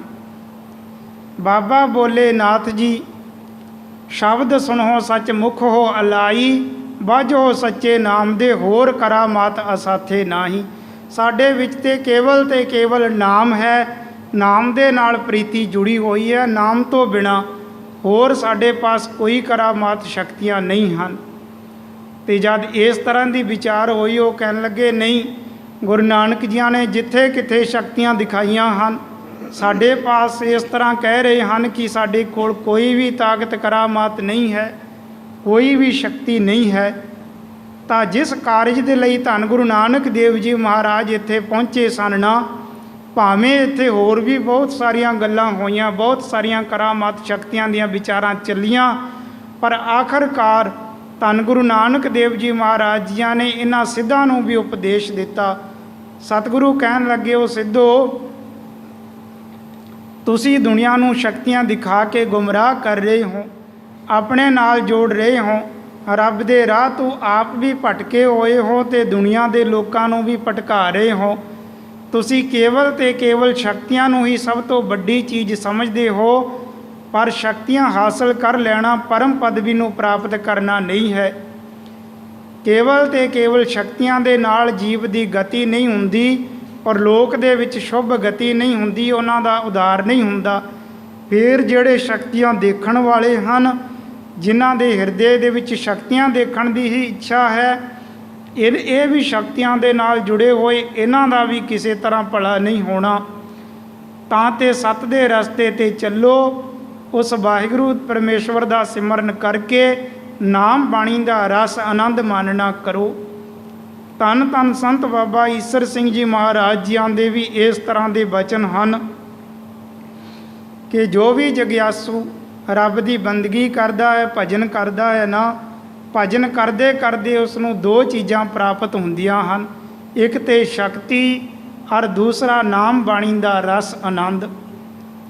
ਤਾਂ ਗੁਰਸਿੱਖ ਨੇ ਕਦੇ ਵੀ ਸ਼ਕਤੀਆਂ ਦੇ ਵੱਲ ਧਿਆਨ ਨਹੀਂ ਦੇਣਾ ਅਤੇ ਨਾਮ ਬਾਣੀ ਦਾ ਰਸ ਆਨੰਦ ਮਾਣਨਾ ਹੈ, ਜਿਸ ਆਨੰਦ ਨੂੰ ਮਾਣ ਕੇ ਜੀਵਨ ਵੀ ਸੁਖਦਾਈ ਬਤੀਤ ਹੁੰਦਾ ਹੈ, ਅਸਲੀ ਸੁੱਖ ਦਾ ਪਤਾ ਚੱਲਦਾ ਹੈ। ਫਿਰ ਸਰੀਰ ਤਿਆਗਣ ਤੋਂ ਬਾਅਦ ਵੀ ਗੁਰੂ ਪਰਮੇਸ਼ਵਰ ਦੇ ਚਰਨਾਂ ਦੇ ਵਿੱਚ ਨਿਵਾਸ ਇਸ ਦਾ ਹੋ ਜਾਂਦਾ ਹੈ। ਹਾਲਾਂਕਿ ਜੀਵਨ ਹੁੰਦੇ ਹੋਏ ਹੀ ਇਹ ਜੀਵਨ ਮੁਕਤ ਹੋ ਜਾਂਦਾ ਹੈ। ਸਤਿਗੁਰੂ ਨਾਨਕ ਦੇਵ ਜੀ ਮਹਾਰਾਜ ਜੀ ਨੇ ਇੱਥੇ ਸਿੱਧਾਂ ਨੂੰ ਵੀ ਸਿੱਧੇ ਰਸਤੇ 'ਤੇ ਪਾਇਆ, ਔਰ ਇਹ ਵਿਚਾਰ ਜਨਾਈ ਕਿ ਕੇਵਲ ਸ਼ਕਤੀਆਂ ਪ੍ਰਾਪਤ ਕਰਨਾ ਹੀ ਪਰਮ ਪਦਵੀ ਪ੍ਰਾਪਤ ਨਹੀਂ ਕਰਨਾ। ਪਰਮ ਪਦਵੀ ਪ੍ਰਾਪਤ ਕਰਨੀ ਉਹ ਕੋਈ ਹੋਰ ਚੀਜ਼ ਹੈ, ਉਹ ਨਾਮ ਦੇ ਰਸ ਦੇ ਨਾਲ, ਆਤਮਿਕ ਆਨੰਦ ਦੇ ਨਾਲ ਪ੍ਰਾਪਤ ਹੋਵੇਗੀ। ਦੁਨੀਆ ਦੇ ਲੋਕਾਂ ਨੂੰ ਵੀ ਸੱਤ ਦੇ ਰਾਹ 'ਤੇ ਤੋਰਿਆ ਤੇ ਇਸ ਤਰ੍ਹਾਂ ਸਭ ਦੇ ਉੱਪਰ ਪ੍ਰਭਾਵ ਪਿਆ, ਔਰ ਗੁਰੂ ਨਾਨਕ ਦੇਵ ਜੀ ਮਹਾਰਾਜ ਜੀਆਂ ਦੀ ਸਿੱਖਿਆ ਧਾਰਨ ਕੀਤੀ। ਹੁਣ ਵਿਚਾਰ ਚੱਲ ਰਹੀ ਹੈ ਕਿ ਧੰਨ ਗੁਰੂ ਹਰਕ੍ਰਿਸ਼ਨ ਸਾਹਿਬ ਜੀ ਮਹਾਰਾਜ ਬਾਲਕ ਅਵਸਥਾ ਦੇ ਵਿੱਚ ਗੁਰਤਾ ਗੱਦੀ 'ਤੇ ਬਿਰਾਜਮਾਨ ਹਨ। ਰਾਜਾ ਜੈ ਸਿੰਘ ਇਹ ਮਨ ਦੇ ਵਿੱਚ ਇਹ ਵਿਚਾਰ ਕਰਦਾ ਹੈ ਕਿ ਗੁਰੂ ਮਹਾਰਾਜ ਜੀਆਂ ਦੀ ਪਰਖ ਕਰੀਏ, ਕੋਈ ਨਾ ਕੋਈ ਸ਼ਕਤੀ ਦੇਖਣ ਕਰੀਏ। ਤਾਂ ਧੰਨ ਗੁਰੂ ਹਰਕ੍ਰਿਸ਼ਨ ਸਾਹਿਬ ਜੀ ਮਹਾਰਾਜ ਵਿਚਾਰ ਕਰਦੇ ਹਨ ਕਿ ਇਸ ਤਰ੍ਹਾਂ ਸ਼ਕਤੀ ਦੇਖਣਾ ਇਹ ਤਾਂ ਗੱਲ ਠੀਕ ਨਹੀਂ ਹੈ, ਤੇ ਸ਼ਰਧਾਹੀਨਤਾ ਦੀ ਗੱਲ ਹੈ। ਔਰ ਗੁਰੂ ਪੀਰਾਂ ਦਾ ਅੰਤ ਲੈਣਾ ਹੈ ਜੋ ਸਦਾ ਦੁਖਦਾਈ ਹੀ ਹੋਇਆ ਕਰਦਾ ਹੈ। ਤੇ ਸਤਿਗੁਰੂ ਹਰਕ੍ਰਿਸ਼ਨ ਸਾਹਿਬ ਜੀ ਮਹਾਰਾਜ ਇਸ ਗੱਲ 'ਤੇ ਵਿਚਾਰ ਕਰਦੇ ਹੈ ਕਿ ਕਿਸੇ ਵੀ ਤਰ੍ਹਾਂ ਇਹਨਾਂ ਨੂੰ ਸ਼ਕਤੀਆਂ ਨਹੀਂ ਦਿਖਾਈਆਂ ਜਾਣਗੀਆਂ। ਨਾਟਕ ਚੇਟਕ ਕਰ ਦਿਖਲਾਵਨ, ਔਰ ਜੋ ਦੁਨੀਆ ਦੇ ਵਿੱਚ ਨਾਟਕ ਚੇਟਕ ਆਦਿ ਕਰਨੇ ਹਨ, ਜਿਨ੍ਹਾਂ ਦੀ ਬਾਬਤ ਇਸ ਤਰ੍ਹਾਂ ਵਿਚਿੱਤਰ ਨਾਟਕ ਦੇ ਵਿੱਚ ਧੰਨ ਗੁਰੂ ਗੋਬਿੰਦ ਸਿੰਘ ਜੀ ਮਹਾਰਾਜ ਜੀ ਨੇ ਉਚਾਰਨ ਕੀਤਾ, ਨਾਟਕ ਚੇਟਕ ਕਰਤ ਕੋ ਕਾਜਾ, ਪ੍ਰਭ ਲੋਗਨ ਕਹਿ ਆਵਤ ਲਾਜਾ। ਕਿ ਰੱਬ ਦੇ ਲੋਕਾਂ ਨੂੰ, ਮਹਾਂਪੁਰਖਾਂ ਨੂੰ ਤੇ ਇਹ ਮਦਾਰੀਆਂ ਵਾਲੇ ਖੇਡ ਕਰਦੇ, ਤਮਾਸ਼ੇ ਕਰਦੇ ਬੜੀ ਲਾਜ ਸ਼ਰਮ ਆਉਂਦੀ ਹੈ। ਅਨਕ ਬਿੰਦਨ ਕਰ ਨਰ ਬਿਰਮਾਵਨ, ਹਰ ਭਾਂਤ ਭਾਂਤ ਦੇ ਤਰੀਕੇ ਦੇ ਨਾਲ ਦੁਨੀਆ ਨੂੰ ਭਰਮਾਉਣਾ, ਰੱਬ ਦੇ ਰਾਹ ਤੋਂ ਭਟਕਾਉਣਾ ਤੇ ਬਹੁਤ ਬੁਰੀ ਗੱਲ ਹੈ। ਸੋ ਹਮਨੇ ਕਰਨੀ ਬਿਦਨਾ। ਸਤਿਗੁਰੂ ਵਿਚਾਰਦੇ ਹਨ ਕਿ ਅਸੀਂ ਉਹ ਤਰੀਕਾ, ਉਹ ਵਿਧੀ ਨਹੀਂ ਕਰਨੀ ਕਿ ਦੁਨੀਆ ਦੇ ਲੋਕਾਂ ਨੂੰ ਕੇਵਲ ਸ਼ਕਤੀਆਂ ਦੇ ਨਾਲ ਜੋੜਨਾ। ਕਰਾਮਾਤ ਦਿਖਰਾਵੇ ਕਾਹੇ ਕਿਸੇ ਨਾ। ਵੀ ਤਰ੍ਹਾਂ ਸਤਿਗੁਰੂ ਨੂੰ ਆਪਣੇ ਵੱਲੋਂ ਇਹ ਸ਼ਕਤੀਆਂ ਆਦ ਨਹੀਂ ਦਿਖਾਉਣੀਆਂ। ਇੱਕ ਅਵਲੋਕਤ ਦੂਸਰ ਚਾਹੇ। ਜੇ ਕਿਤੇ ਅਸੀਂ ਕੋਈ ਸ਼ਕਤੀ ਇਸ ਰਾਜੇ ਨੂੰ ਦਿਖਾ ਵੀ ਦਿੱਤੀ, ਜਾਣੀ ਇੱਕ ਨੂੰ ਦਿਖਾ ਵੀ ਦਿੱਤੀ, ਤਾਂ ਦੂਸਰੇ ਨੇ ਸੋਚਣ ਲੱਗ ਜਾਣਾ ਕਿ ਹੁਣ ਮਹਾਰਾਜ ਮੇਰੇ ਵਾਸਤੇ ਐਂ ਕਰਕੇ ਦਿਖਾ ਦੇਣ, ਜਾਣੇ ਮੈਨੂੰ ਸ਼ਕਤੀ ਦਿਖਾਉਣ। ਫਿਰ ਤੀਸਰੇ ਨੇ ਸੋਚਣਾ ਹੈ। ਇਉਂ ਕਰਦੇ ਕਰਦੇ ਗਾਂਹ ਦੀ ਗਾਂਹ ਸਾਰੇ ਹੀ ਸ਼ਕਤੀਆਂ ਦੇ ਨਾਲ ਜੁੜਦੇ ਰਹਿਣਗੇ, ਕਰਾਮਾਤਾਂ ਦੇਖਣ ਤੱਕ ਹੀ ਸੀਮਤ ਰਹਿ ਜਾਣਗੇ। ਪੁਨ ਕਰ ਹੈ ਕਿਸ ਕਿਸ ਕੇ ਪਾਹੇ। ਫਿਰ ਧੰਨ ਗੁਰੂ ਹਰਕ੍ਰਿਸ਼ਨ ਸਾਹਿਬ ਜੀ ਮਹਾਰਾਜ ਸੋਚਦੇ ਹਨ, ਫਿਰ ਅਸੀਂ ਕਿਹਦੇ ਕਿਹਦੇ ਕੋਲ ਇਹ ਸ਼ਕਤੀਆਂ ਦਿਖਾਈ ਜਾਵਾਂਗੇ। ਪ੍ਰਥਮ ਇਸੀ ਕਾਰਨ ਕੋ ਜਾਣੇ। ਸਤਿਗੁਰੂ ਵਿਚਾਰਦੇ ਹਨ ਕਿ ਅਸੀਂ ਤੇ ਪਹਿਲਾਂ ਹੀ ਇਹ ਕਾਰਨ ਸਮਝ ਕੇ ਇਸ ਦਿੱਲੀ ਸ਼ਹਿਰ ਦੇ ਵਿੱਚ ਨਹੀਂ ਆਉਣਾ ਚਾਹੁੰਦੇ ਸੀ। ਨੇ ਆਵਨ ਦਿੱਲੀ ਕੋ ਮਾਨੇ। ਅਸੀਂ ਪਹਿਲਾਂ ਹੀ ਇਸ ਦਿੱਲੀ ਸ਼ਹਿਰ ਦੇ ਵਿੱਚ ਨਹੀਂ ਆਉਣਾ ਚਾਹੁੰਦੇ ਸੀ, ਕਿਉਂਕਿ ਸਾਡੇ ਗੁਰੂ ਪਿਤਾ ਧੰਨ ਗੁਰੂ ਹਰ ਰਾਏ ਸਾਹਿਬ ਜੀ ਮਹਾਰਾਜ ਜੀਆਂ ਨੇ ਇਹ ਬਚਨ ਕੀਤੇ ਸੀ ਕਿ ਬਾਦਸ਼ਾਹ ਔਰੰਗਜ਼ੇਬ ਦੇ ਮਨ ਦੇ ਵਿੱਚ ਕੋਈ ਪਿਆਰ ਭਾਵਨਾ ਨਹੀਂ ਹੈ, ਗੁਰੂ ਘਰ ਦੇ ਪ੍ਰਤੀ ਕੋਈ ਸ਼ਰਧਾ ਨਹੀਂ ਹੈ। ਉਹ ਤੇ ਕੇਵਲ ਸ਼ਕਤੀ ਹੀ ਦੇਖਣੀ ਚਾਹੁੰਦਾ ਹੈ, ਸ਼ਕਤੀਆਂ ਦੀ ਪਰਖ ਕਰਨੀ ਚਾਹੁੰਦਾ ਹੈ। ਕਰਾਮਾਤ ਜੋ ਮਦਾਰੀਆਂ ਦੀ ਖੇਡ ਦੀ ਤਰ੍ਹਾਂ ਹੈ ਨਾ, ਕੇਵਲ ਤੇ ਕੇਵਲ ਉਹ ਚੀਜ਼ ਹੀ ਦੇਖਣੀ ਚਾਹੁੰਦਾ ਹੈ। ਇਸ ਕਰਕੇ ਅਸੀਂ ਦਿੱਲੀ ਸ਼ਹਿਰ ਦੇ ਵਿੱਚ ਆਉਣਾ ਪਸੰਦ ਨਹੀਂ ਕਰਦੇ ਸੀ। ਇਸ ਕੋ ਪ੍ਰੇਮ ਜਾਨ ਚਲ ਆਏ। ਫਿਰ ਰਾਜਾ ਜੈ ਸਿੰਘ ਜੋ ਜੈਪੁਰ ਦਾ ਰਾਜਾ ਹੈ, ਇਹਨੇ ਬੜੀਆਂ ਬੇਨਤੀਆਂ ਕੀਤੀਆਂ। ਇਹਦੇ ਹਿਰਦੇ ਦੇ ਵਿੱਚ ਭਾਵਨਾ ਸੀ, ਇਸ ਦਾ ਪਿਆਰ ਦੇਖ ਕੇ ਅਸੀਂ ਦਿੱਲੀ ਸ਼ਹਿਰ ਦੇ ਵਿੱਚ ਆਏ ਸੀ। ਅਬ ਕਿਮ ਠਟੇ ਕੁਮਤ ਵਿੱਚ ਲਾਏ। ਹੁਣ ਇਹ ਰਾਜਾ ਜੈ ਸਿੰਘ ਇਹ ਵੀ ਬਾਦਸ਼ਾਹ ਔਰੰਗਜ਼ੇਬ ਦੇ ਪਿੱਛੇ ਲੱਗ ਕੇ ਉਸ ਦੇ ਅਨੁਸਾਰ ਚੱਲਣ ਲੱਗ ਪਿਆ ਹੈ। ਉਹਦੇ ਅਨੁਸਾਰ ਹੁਣ ਸ਼ਕਤੀਆਂ ਹੀ ਦੇਖਣੀਆਂ ਚਾਹੁੰਦਾ ਹੈ। ਨੇ ਦੀਰਘ ਦਰਸ਼ੀ ਮਤ ਮੰਦ। ਮੰਦੀ ਮਤ ਵਾਲੇ ਇਹ ਦੀਰਘ ਦਰਸ਼ੀ ਨਹੀਂ ਹਨ, ਲੰਮੀ ਦੂਰ ਦ੍ਰਿਸ਼ਟੀ ਦੇ ਨਾਲ ਨਹੀਂ ਦੇਖਦੇ ਹਨ ਕਿ ਸਰੀਰ ਤੇ ਇੱਕ ਦਿਨ ਤਿਆਗ ਦੇਣਾ ਹੈ ਔਰ ਇਸ ਤੋਂ ਬਾਅਦ ਇਸ ਦੀ ਕੀ ਗਤੀ ਹੋਵੇਗੀ, ਔਰ ਅਸੀਂ ਆਪਣਾ ਭਲਾ ਕਰ ਲਈਏ ਕਿਵੇਂ ਨਾ ਕਿਵੇਂ ਆਪਣੇ ਭਲੇ ਦੀ ਗੱਲ ਇਹ ਨਹੀਂ ਵਿਚਾਰਦੇ। ਨੇ ਚਾਤ ਪਰ ਲੋਕ ਆਨੰਦ। ਪਰ ਲੋਕ ਦਾ ਜੋ ਸੁੱਖ ਹੈ, ਆਨੰਦ ਹੈ, ਉਹ ਇਹ ਕਿਸੇ ਤਰ੍ਹਾਂ ਵੀ ਨਹੀਂ ਚਾਹੁੰਦੇ ਹਨ। ਸਤਨਾਮ ਸਿਮਰਨ ਬਿਸਰਾਏ। ਸਤਨਾਮ ਦਾ ਸਿਮਰਨ ਕਰਨਾ ਉਹ ਤੇ ਇਹਨਾਂ ਨੇ ਆਪਣੇ ਮਨ ਚੋਂ ਵਿਸਾਰ ਹੀ ਰੱਖਿਆ ਹੈ। ਪ੍ਰਭ ਮਾਇਆ ਅਤ ਪਰਬਲ ਭੁਲਾਏ। ਫਿਰ ਸਤਿਗੁਰੂ ਵਿਚਾਰਦੇ ਹਨ ਕਿ ਪ੍ਰਭੂ ਦੀ ਮਾਇਆ ਜੋ ਬੜੀ ਵਿਸ਼ਾਲ ਹੈ, ਵੱਡੀ ਹੈ, ਇਸ ਨੇ ਸਾਰੀ ਦੁਨੀਆ ਨੂੰ ਭਰਮਾ ਰੱਖਿਆ ਹੈ। ਤਿੰਨ ਤਰ੍ਹਾਂ ਦੀ ਮਾਇਆ ਇਹ ਮਹਾਂਪੁਰਖ ਦੱਸਣਾ ਕਰਦੇ ਹਨ। ਜੜ ਮਾਇਆ ਜੋ ਧਨ ਪਦਾਰਥ ਆਦਿ ਹਨ, ਦੂਸਰੀ ਚੇਤਨ ਮਾਇਆ ਜੋ ਚੱਲਦੇ ਫਿਰਦੇ ਸਰੀਰਾਂ ਆਦਿ ਦੇ ਵਿੱਚ ਹੀ ਉਲਝਿਆ ਰਹਿਣਾ ਹੈ, ਤੀਸਰੀ ਹੈ ਸੂਖਸ਼ਮ ਮਾਇਆ।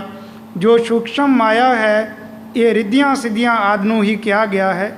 ਇਹਨਾਂ ਦੇ ਵਿੱਚ ਉਲਝਿਆ ਹੋਇਆ ਇਹ ਵੀ ਮਾਇਆ ਦੇ ਵਿੱਚ ਹੀ ਉਲਝਿਆ ਹੈ। ਪਹਿਲੀ ਗੱਲ ਤੇ ਕੋਈ ਜੜ ਮਾਇਆ ਤੋਂ ਉੱਚਾ ਨਹੀਂ ਹੋ ਸਕਦਾ, ਦੂਸਰੀ ਗੱਲ ਚੇਤਨ ਮਾਇਆ, ਫਿਰ ਸੂਖਸ਼ਮ ਮਾਇਆ ਜੋ ਇਹ ਸਿੱਧਾਂ ਆਦਿ ਦੇ ਉੱਪਰ ਹੋਰ ਬੜੇ ਲੋਕਾਂ ਦੇ ਪਾਸ ਜਿਨ੍ਹਾਂ ਦੇ ਪਾਸ ਸ਼ਕਤੀਆਂ ਹੋਈਆਂ, ਸ਼ਕਤੀਆਂ ਦੇ ਵਿੱਚ ਹੀ ਉਲਝੇ ਰਹੇ, ਇਹ ਮਾਨੋ ਸੂਖਸ਼ਮ ਮਾਇਆ ਦੇ ਪ੍ਰਭਾਵ ਹੇਠਾਂ ਆ ਗਏ ਸਨ। ਸਤਿਗੁਰੂ ਵਿਚਾਰਦੇ ਹਨ ਪ੍ਰਭੂ ਦੀ ਮਾਇਆ ਬੜੀ ਪ੍ਰਬਲ ਹੈ, ਇਸ ਤੋਂ ਕੋਈ ਵੀ ਦੁਨੀਆ ਦਾ ਆਦਮੀ ਬਚ ਨਹੀਂ ਸਕਿਆ। ਸੇਵਾ ਸੰਤਨ ਕੀ ਸ਼ੁਭ ਕਰਕੇ। ਔਰ ਇਸ ਦੁਨੀਆ ਦੇ ਵਿੱਚ ਰਹਿ ਕੇ ਤੇ ਸ਼ੁਭ ਤਰੀਕੇ ਦੇ ਅਨੁਸਾਰ ਸੰਤਾਂ ਦੀ ਸੇਵਾ ਕਰਨੀ ਚਾਹੀਦੀ ਹੈ। ਕਰੋ ਬੇਨਤੀ ਸੁਣੋ ਮੇਰੇ ਮੀਤਾ, ਸੰਤ ਟਹਿਲ ਕੀ ਬੇਲਾ। ਸੰਤਾਂ ਦੀ ਟਹਿਲ ਕਰਨ, ਸੇਵਾ ਕਰਨ ਦਾ ਵੇਲਾ ਹੈ ਮਨੁੱਖਾ ਜਨਮ ਜੋ ਮਿਲਿਆ ਹੈ। ਪ੍ਰਭ ਪਾਣੋ ਮੀਠੋ ਚਿਤ ਤਰਕੈ। ਫਿਰ ਸੰਤਾਂ ਦੀ ਸੇਵਾ ਕਰਕੇ, ਗੁਰੂ ਪਾਤਸ਼ਾਹ ਦੀ ਸੇਵਾ ਕਰਕੇ ਔਰ ਵਾਹਿਗੁਰੂ ਦੇ ਭਾਣੇ ਦੇ ਵਿੱਚ ਰਾਜੀ ਰਹਿਣਾ, ਇਹੀ ਵੱਡੀਆਂ ਗੱਲਾਂ ਹਨ। ਹਉਮੈ ਤਜ ਸਿਮਰਨ ਹਰ ਨਾਮ। ਆਪਣੀ ਹਉ ਹੰਕਤਾ ਦਾ ਤਿਆਗ ਕਰਕੇ ਜੇਕਰ ਜਗਿਆਸੂ ਵਾਹਿਗੁਰੂ ਦਾ ਨਾਮ ਜਪੇ ਉਸ ਦੀ ਗਤੀ ਅਵਸ਼ ਹੋਵੇਗੀ। ਇਮ ਕਰ ਮਿਲੇ ਨਹੀਂ ਦੁਖ ਧਾਮ। ਜੇਕਰ ਇਸੇ ਤਰ੍ਹਾਂ ਕੀਤਾ ਜਾਵੇ ਤੇ ਵੱਡੇ ਵੱਡੇ ਦੁੱਖ ਜੋ ਇਸ ਦੇ ਸਾਹਮਣੇ ਇਸ ਦੁਨੀਆ ਦੇ ਵਿੱਚ ਵੀ ਸਰੀਰ ਤਿਆਗਣ ਤੋਂ ਬਾਅਦ ਵੀ ਆਉਂਦੇ ਹਨ ਨਾ, ਉਹ ਪਹਾੜਾਂ ਦੀ ਤਰ੍ਹਾਂ ਵੱਡੇ ਵੱਡੇ ਦੁੱਖ ਕਦੇ ਵੀ ਇਹਦੇ ਸਾਹਮਣੇ ਨਹੀਂ ਆਉਣਗੇ। ਅੰਮ੍ਰਿਤ ਤਜ ਬਿਕ ਗਹਿਬੇ ਦੋਰੇ। ਔਰ ਇਹ ਤੇ ਕੇਵਲ ਮਾਇਆ ਦੇ ਵਿੱਚ ਉਲਝੇ ਹੋਏ ਹਨ। ਔਰ ਇਹਨਾਂ ਦੀ ਗਤੀ ਤੇ ਇਸ ਤਰ੍ਹਾਂ ਹੈ ਜਿਸ ਤਰ੍ਹਾਂ ਕੋਈ ਅੰਮ੍ਰਿਤ ਨੂੰ ਛੱਡ ਕੇ ਵਿਉ ਨੂੰ ਚਾਹੁੰਦਾ ਹੋਵੇ, ਜ਼ਹਿਰ ਨੂੰ ਪ੍ਰਾਪਤ ਕਰਨੀ ਚਾਹੁੰਦਾ ਹੋਵੇ। ਰੂਪ ਬੰਬੂਰ ਕਲਪਤਰ ਤੋਰੇ। ਜਾਂ ਇਸ ਤਰ੍ਹਾਂ ਦੀ ਇਹਨਾਂ ਦੀ ਹਾਲਤ ਹੈ ਕਿ ਕੋਈ ਕਿੱਕਰ ਆਦ ਦੇ ਬੀਜ ਕੇ, ਕਿੱਕਰ ਦੇ ਦਰਖਤ ਬੀਜ ਕੇ ਉਸ ਤੋਂ ਕਲਪ ਬਿਰਸ਼ ਦੇ ਫਲ ਪ੍ਰਾਪਤ ਕਰਨੇ ਚਾਹੁੰਦਾ ਹੋਵੇ। ਅਤ ਅਮੋਲ ਕਰ ਡਾਰੇ ਹੀਰਾ। ਜਾਂ ਕੋਈ ਆਪਣੇ ਹੱਥ ਦੇ ਵਿੱਚੋਂ ਬੜਾ ਅਮੋਲਕ ਹੀਰਾ ਲਾਲ ਉਹ ਵਗਾ ਕੇ ਪਰੇ ਮਾਰੇ, ਵਿਅਰਥ ਸਮਝ ਕੇ ਸੁੱਟ ਦੇਵੇ। ਫਟਕ ਬਿਹਾਜੇ ਸੁਭਮਤ ਕੀਰਾ। ਫਟਕ ਪਿਲੌਰ ਨੂੰ ਹੀ ਚੰਗਾ ਸਮਝ ਕੇ ਔਰ ਉਸੇ ਦੀ ਦੇਖਭਾਲ ਕਰੀ ਜਾਵੇ ਜਾਂ ਉਹਦੀ ਹੀ ਪ੍ਰਾਪਤੀ ਦੇ ਲਈ ਯਤਨ ਕਰੇ। ਇਤ ਆਦਕ ਸੋਚਤ ਗਨ ਸੋਚਨ। ਇਸ ਤਰ੍ਹਾਂ ਦੀਆਂ ਵਿਚਾਰਾਂ ਧੰਨ ਗੁਰੂ ਹਰਕ੍ਰਿਸ਼ਨ ਸਾਹਿਬ ਜੀ ਮਹਾਰਾਜ ਸੋਚਦੇ ਹਨ ਕਿ ਵਾਹਿਗੁਰੂ ਦੇ ਨਾਮ ਦਾ ਰਸ ਆਨੰਦ ਨੂੰ ਛੱਡ ਕੇ, ਪਰਲੋਕ ਦੀ ਸ਼ੁਭ ਗਤੀ ਨੂੰ ਛੱਡ ਕੇ ਇਹ ਕੇਵਲ ਮਾਇਆ ਦੇ ਵਿੱਚ ਉਲਝੇ ਹੋਏ ਸ਼ਕਤੀਆਂ ਦੇਖਣ ਤਾਈਂ ਤੇ ਇਹਨਾਂ ਦੀ ਹਾਲਤ ਇਸ ਤਰ੍ਹਾਂ ਦੀ ਹੈ ਜਿਵੇਂ ਕੋਈ ਕਿੱਕਰ ਬੀਜ ਕੇ ਕਲਪ ਬਿਰਸ਼ ਦੇ ਫਲ ਚਾਹੁੰਦਾ ਹੋਏ, ਕੋਈ ਅੰਮ੍ਰਿਤ ਨੂੰ ਛੱਡ ਕੇ ਬਿਖ ਜ਼ਹਿਰ ਨੂੰ ਚਾਹੁੰਦਾ ਹੋਏ, ਕੋਈ ਹੀਰੇ ਨੂੰ ਛੱਡ ਕੇ ਫਟਕ ਫਲੌਰ ਨੂੰ ਚਾਹੁੰਦਾ ਹੋਵੇ। ਇਹਨਾਂ ਦੀ ਗਤੀ ਤੇ ਇਸ ਤਰ੍ਹਾਂ ਦੀ ਪ੍ਰਤੀਤ ਹੁੰਦੀ ਹੈ। ਜਨਮ ਮਰਨ ਕੀ ਸੋਚ ਵਿਮੋਚਨ। ਜਨਮ ਮਰਨ ਦੀਆਂ ਫਾਈਆਂ ਨੂੰ ਕੱਟਣ ਵਾਲੇ ਧੰਨ ਗੁਰੂ ਹਰਕ੍ਰਿਸ਼ਨ ਸਾਹਿਬ ਜੀ ਮਹਾਰਾਜ ਵਿਚਾਰਦੇ ਹਨ। ਨਿਰਭਕੋ ਆਵਨ ਸਮੇਂ ਪਛਾਨ। ਜਦ ਧੰਨ ਗੁਰੂ ਹਰਕ੍ਰਿਸ਼ਨ ਸਾਹਿਬ ਜੀ ਮਹਾਰਾਜ ਜੀਆਂ ਨੇ ਵਿਚਾਰਿਆ ਕਿ ਹੁਣ ਸਮਾਂ ਹੋਇਆ ਹੈ ਕਿ ਰਾਜਾ ਜੈ ਸਿੰਘ ਸਾਰੀ ਤਿਆਰੀ ਕਰ ਚੁੱਕਾ ਹੈ ਔਰ ਸਾਡੇ ਪਾਸ ਆ ਕੇ ਹੁਣ ਬੇਨਤੀ ਕਰੇਗਾ। ਇੱਕ ਕਰ ਪਰਵਿਸ਼ੇ ਕਿਰਪਾ ਨਿਧਾਨ। ਤੇ ਸਤਿਗੁਰਾਂ ਨੇ ਸਾਰੀ ਵਿਚਾਰ ਕਰਕੇ ਆਪਣੇ ਗੁਰਸਿੱਖਾਂ ਨੂੰ ਵੀ ਅਲੱਗਾ ਕਰਕੇ ਆਪ ਇਸ ਇੱਕ ਅਲੱਗਾ ਮਕਾਨ ਦੇ ਵਿੱਚ ਆਪਣਾ ਨਿਵਾਸ ਰੱਖਿਆ। ਸਰਬ ਨਰਨ ਕੋ ਤਿਆਗੋ ਸੰਗ। ਸਾਰੇ ਗੁਰਸਿੱਖਾਂ ਨੂੰ ਅਲੱਗਾ ਕਰ ਦਿੱਤਾ ਔਰ ਆਪ ਇਕਾਂਤ ਦੇ ਵਿੱਚ ਜਾ ਕੇ ਬੈਠ ਜਾਂਦੇ ਹਨ। ਪਏ ਇਕਾਕੀ ਗੁਰ ਇੱਕ ਰੰਗ। ਗੁਰੂ ਮਹਾਰਾਜ ਜੀ ਆਪਣੇ ਹੀ ਰੰਗਾਂ ਦੇ ਵਿੱਚ ਇਕਾਂਤ ਦੇ ਵਿੱਚ ਇੱਕ ਕਮਰੇ ਦੇ ਵਿੱਚ ਦਰਵਾਜ਼ਾ ਲਗਾ ਕੇ, ਕੁੰਡੀ ਲਗਾ ਕੇ ਬੈਠ ਗਏ ਕਿ ਰਾਜਾ ਆ ਰਿਹਾ ਹੈ। ਉਹਦੇ ਹਿਰਦੇ ਦੇ ਵਿੱਚ ਸ਼ਕਤੀਆਂ ਦੇਖਣ ਤਾਂ ਹੀ ਮਤਲਬ ਹੈ। ਸੇਜਾ ਸੁੰਦਰ ਅੰਦਰ ਘਰ ਕੇ। ਔਰ ਜਿਸ ਮਕਾਨ ਦੇ ਵਿੱਚ ਸਤਿਗੁਰਾਂ ਦੇ ਲਈ ਬੜੀ ਸੋਹਣੀ ਸੇਜਾ ਡਾਹੀ ਹੋਈ ਸੀ, ਮਿਰਿੰਦ ਡਸਵਾਏ ਪੌਂਡਵੋ ਕਰਕੇ। ਔਰ ਉਸ ਸਥਾਨ ਤੇ ਸਤਿਗੁਰੂ ਮਹਾਰਾਜ ਜੀ ਇੱਕ ਅਲੱਗਾ ਕਮਰੇ ਦੇ ਵਿੱਚ ਦਰਵਾਜ਼ਾ ਬੰਦ ਕਰਕੇ, ਕੁੰਡੀ ਲਗਾ ਕੇ ਸੁੰਦਰ ਸੇਜਾ ਦੇ ਉੱਪਰ ਬੈਠ ਜਾਂਦੇ ਹਨ। ਔਰ ਉਧਰ ਰਾਜਾ ਜੈ ਸਿੰਘ ਉਹ ਵੀ ਆਪਣੇ ਘਰ ਦੇ ਵਿੱਚੋਂ ਚੱਲ ਪੈਂਦਾ ਹੈ। ਸਤਿਗੁਰਾਂ ਦੇ ਪਾਸ ਆ ਕੇ ਇਸਨੇ ਆਪਣੇ ਘਰ ਦੇ ਵਿੱਚ ਲਿਜਾਣ ਦੇ ਵਾਸਤੇ ਬੇਨਤੀ ਕਰਨੀ ਹੈ। ਹੁਣ ਜਿਸ ਪ੍ਰਕਾਰ ਅੱਗੇ ਸਤਿਗੁਰੂ ਮਹਾਰਾਜ ਜੀਆਂ ਦੇ ਪਾਸ ਰਾਜਾ ਜੈ ਸਿੰਘ ਨੇ ਘਰ ਦੇ ਵਿੱਚ ਚਰਨ ਪਾਉਣ ਦੇ ਲਈ ਬੇਨਤੀਆਂ ਕਰਨੀਆਂ ਹਨ, ਉਸ ਪ੍ਰਸੰਗ ਦੀ ਵਿਚਾਰ ਅੱਗੇ ਕੀਤੀ ਜਾਵੇਗੀ। ਇਉਂ ਧੰਨ ਗੁਰੂ ਹਰਕ੍ਰਿਸ਼ਨ ਸਾਹਿਬ ਜੀ ਮਹਾਰਾਜ ਗੁਰਤਾ ਗੱਦੀ ਤੇ ਬਿਰਾਜਮਾਨ ਹੋ ਕੇ ਸਿੱਖ ਸੰਗਤਾਂ ਨੂੰ ਨਿਹਾਲ ਕਰ ਰਹੇ ਹਨ। ਸੂਖਮ ਵਿਸਦ ਵਸਤਰ ਤਨ ਲੈ ਕੇ। ਸ੍ਰੀ ਸਤਿਗੁਰ ਥਿਰਤਾ ਨਿਜ ਕਹਿ ਕੇ। ਸੂਖਮ ਵਿਸਦ ਵਸਤਰ ਤਨ ਲੈ ਕੇ। ਸ੍ਰੀ ਸਤਿਗੁਰ ਥਿਰਤਾ ਨਿਜ ਕਹਿ ਕੇ।